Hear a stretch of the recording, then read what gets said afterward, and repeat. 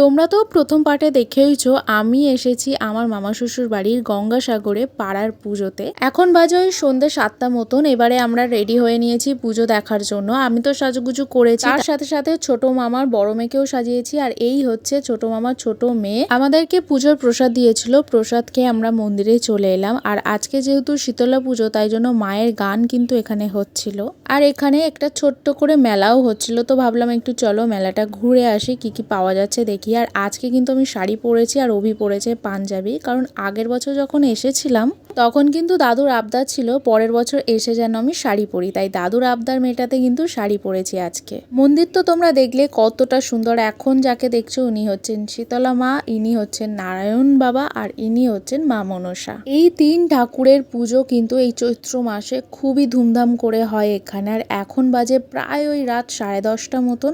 আর এখন হচ্ছে গন্ডিয়া দুনোমালসা পোড়ানো। এরপরে আমি আর রবি গিয়ে একটু ফুচকা খেলাম, তারপরে চা বিস্কুট খেলাম। আর এখন হচ্ছে আরতি, তার জন্য ঢাক বাজছে। এবার চলো তোমাদেরকে জাস্ট ভিড়টা দেখাই। প্রায় 11:15 মতন বাজতে যায় এখন। আর তোমরা দেখতেই পাচ্ছ যে কত লোক, শুধু লোকে লোক আর লোকে লোক। আমি আর রবি এতক্ষণ ধরে যেটার অপেক্ষা করেছিলাম এটাই হচ্ছে সেটা হচ্ছে গাছ বোম। তবে এবছর না খুব একটা ফাটেনি। আগের বছর যদি তোমরা আমার ভ্লগ দেখে থাকো তখন দেখতে পাবে যে কত সুন্দর সুন্দর বোম ফেটেছিল।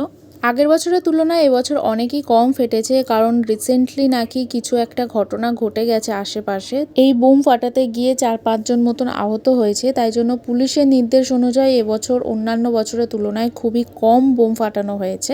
বোম ফাটানোর পর এখন তোমাদের সাথে শেয়ার করব হরিনুট, বাতাসার নুট। তো তার জন্য যারা হরিনুট দেবে তারা এরকম মাথায় করে নিয়ে 3 পাক মতন ঘুরলো, তারপরে তারা শুরু করলো নুট দেওয়া। আর আমরা যারা বসেছিলাম তারা তো মানে কি যে হুড়চুতি করেছি সে তোমাদেরকে কি বলবো।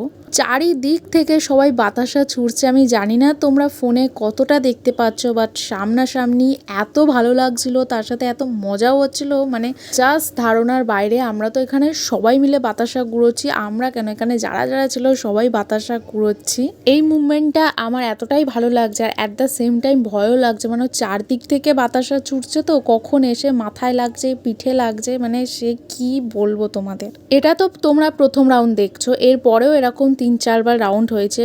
তো এখন এটা প্রথম রাউন্ড এখনো চলছে, আর এখন যেটা হচ্ছে দ্বিতীয় রাউন্ড। এখনো সবাই আসছে এরকম ভাবে মাথায় করে নিয়ে স্টেজের কাছে যাবে, ওখানে গিয়ে 3 পাক ঘুরে আবারও নুট দেওয়া শুরু করবে। তবে যাই হোক, দেখো আমি আন্টি আর রবি মিলে এতগুলো বাতাসা কুড়িয়েছি, অনেকটাই পরিমাণ কিন্তু বাতাসা এখানে আছে। আজকের দিনটা এখানেই এন্ড করলাম। কেমন লাগলো অবশ্যই জানিও। দেখা হচ্ছে অন্য কোনো মিনি ব্লগে, ততক্ষণ বাই।